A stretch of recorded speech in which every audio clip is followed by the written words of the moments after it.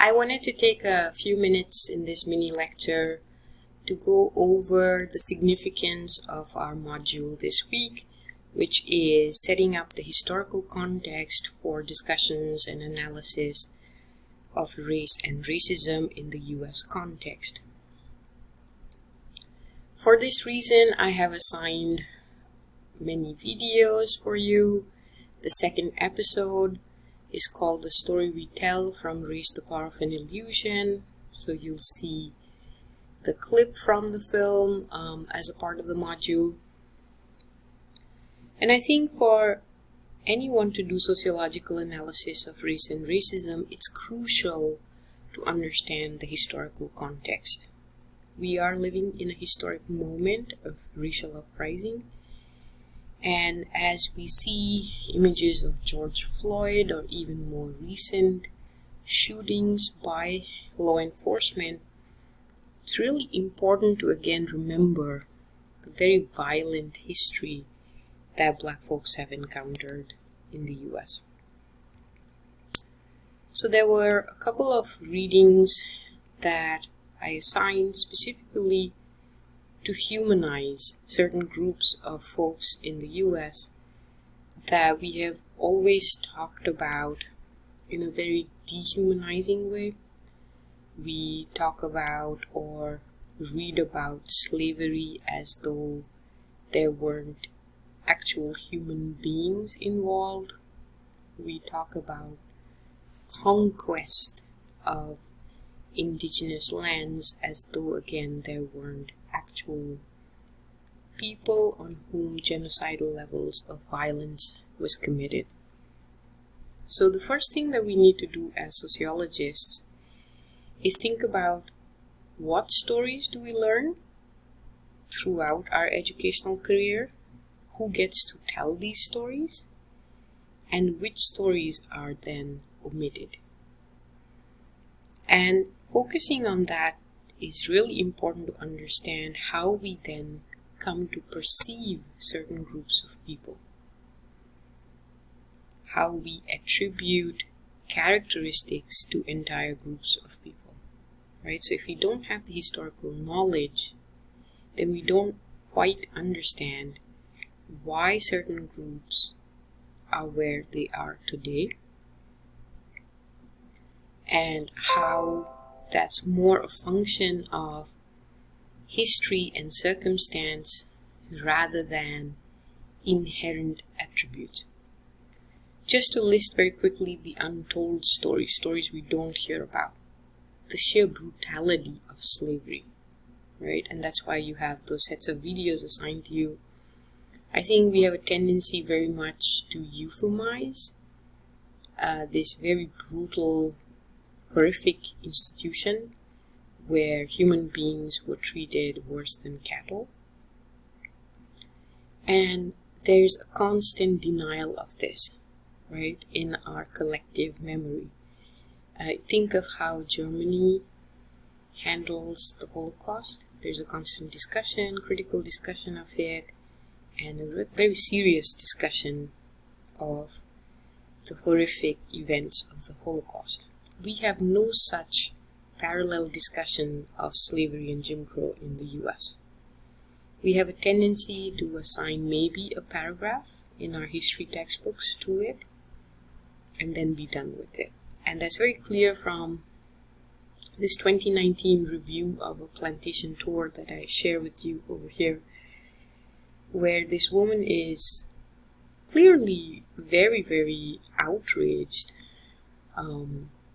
in her plantation tour, which was supposed to be this very pleasant tour of the plantation, part of her vacation, where she's saying, my husband and I were extremely disappointed. We didn't come here to hear a lecture on how white people treated slaves. We came to get this history of a southern plantation, look at the beautiful house and the grounds, right? And they in fact accused the tour guide of being radical, right? As they were revealing this reality of how slaves were treated. And so we have a tendency to do that with many other events throughout our history. denying enslaved folks their humanity.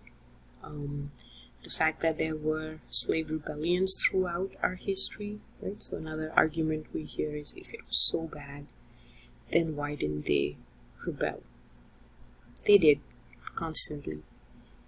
And there were state-sanctioned ways of putting down rebellions. And this continues on to present times. State-sanctioned violence against African Americans. And that's the other thing I want us to do in this class, is to name it. Name the anti-black racism that continues not only in our mainstream, in all of our institutions as well. Right? This is something that needs to be acknowledged by certainly the white dominant society, but also other people of color. Right? Because unless we focus on the anti-black racism, we cannot really understand what activists are talking about when they say Black Lives Matter, right? And I'm hoping we can have many more discussions on that. But the fact that there's a certain way we tell these stories, right? The sheer terror of Jim Crow, that's very much represented by the Richard Wright piece I assigned. The reality of the Declaration of Independence, where we said all men are created equal. We didn't quite mean all men, and certainly not women. And even as we celebrate the centennial of women's suffrage, a lot of black women and black women intellectuals are pointing out that black women didn't really get this right until 1965. So it's really important to have an intersectional approach to this as well.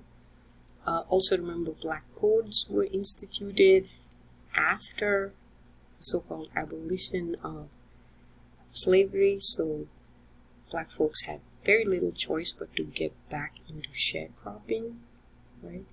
And then later on too, as we talk about civil rights and integration, we leave out how much violence against black folks and against white allies constituted that history. We have a tendency to present it as a very non-violent, peaceful movement. And now onto present times, the continuation of that state-sanctioned racism in all of our institutions. Now, the other piece I assigned to you was Civilize Them with a Stick. And you see this from the second episode as well, that the civilizing mission was applied largely to Native Americans. They were seen as civilizable, unlike the African Americans, who had been seen as having these inherent deficiencies that you couldn't really overcome.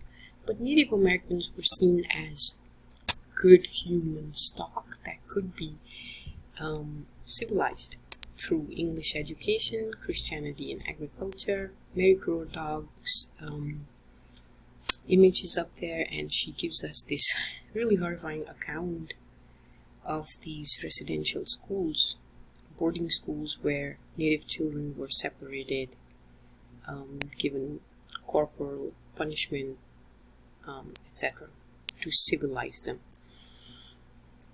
And so, if you understand that history connected with, again, manifest destiny, this inevitability, right, of westward expansion, didn't matter if it was at the cost of dispossessing Native Americans of their land, or enslaving black folks, or overrunning Mexican lands. The idea was, this is the white man's burden, right?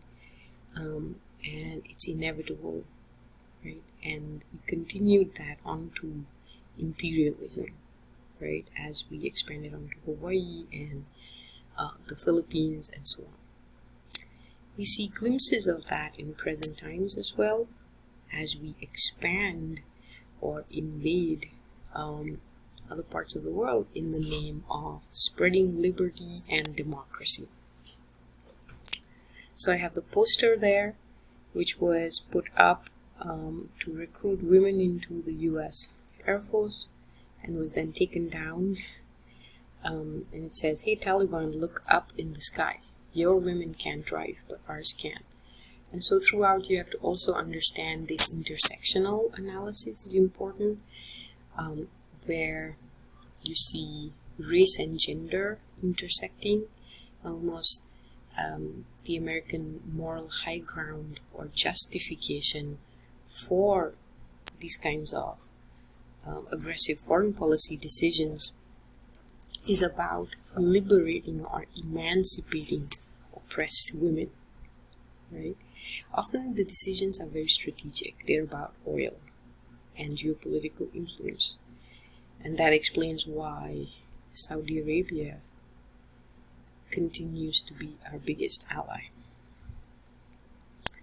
The second episode also looks at the 1904 St. Louis World Fair, where people were put on display, these newly conquered folks, black bodies next to white bodies, as a way of showing who the other was and who was the civilized group versus the savage group, right? And we again study history so that we can understand what's happening today.